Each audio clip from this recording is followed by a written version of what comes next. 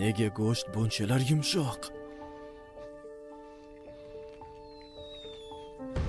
Qancha uzoq chaynasam, uni ta'mi shunchalar kengaymoqda. Pokiza ta'm bu. Har chaynashda cho'qqiga chiqyapti. To'xta. Ziravorlarcha.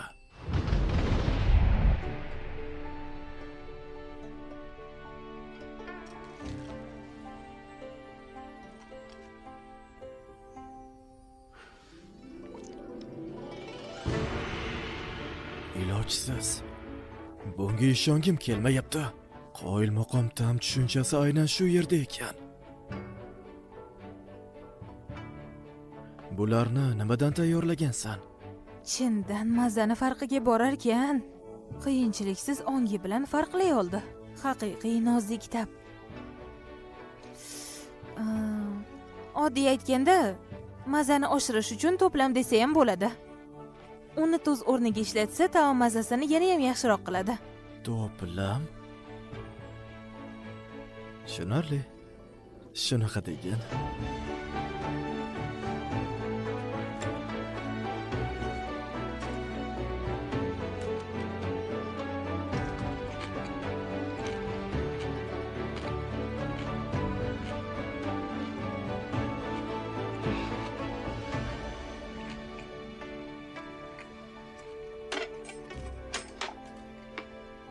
Limon qo'shib dudlangan va ko'k piyoz qo'shilgan qo'shimcha taom go'sht bilan birga iste'molda mukammal ta'mni hosil qilyapti. Rostdan ham tabiat mo'jizasi. Jazolamaydi. Men yashayman. Bu qadrdon ta'm. Uzoq yillardan buyon ilk bor taom menga ma'zur bo'ldi. Unda nega bu taom senga yoqmaganini tushuntirib ber. Bu taom faqat yurt boshqaruvchilariga munosib edi. Meni ta'm nima ekanligini bilmaydigan ojiz dilim siz kabi buyuk bo'la olmaydi. Chindan rasvo odam ekansan. Hech narsa his qilmadim degandingiz-ku. Bugunni o'zida meni 2 bor lol qoldirishga ulgurding. Men shefman. Aytyapman-ku shefman deb. Men oshpazman. Yodimda bo'lsa, sheflik, oshpazman deb aytganding-a? Shefman men.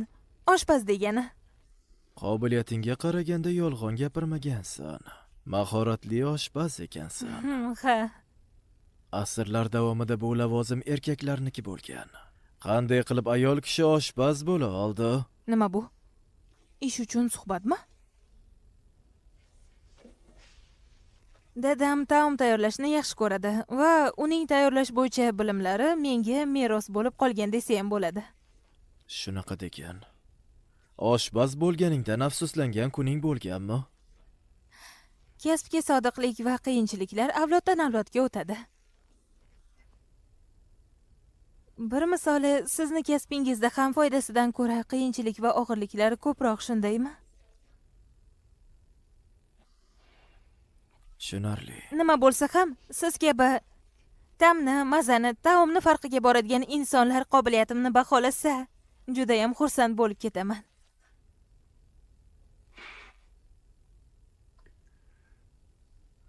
Ismingni ayt-chi? Ismim Yonjayon. Yonlar oilasidan. Yoshing-chi? 27 yoshdaman. 27? Rostdan shundaymi? Qoyil. Juda yosh ko'rinarkansan. Seni umr yo'ldoshing bormi?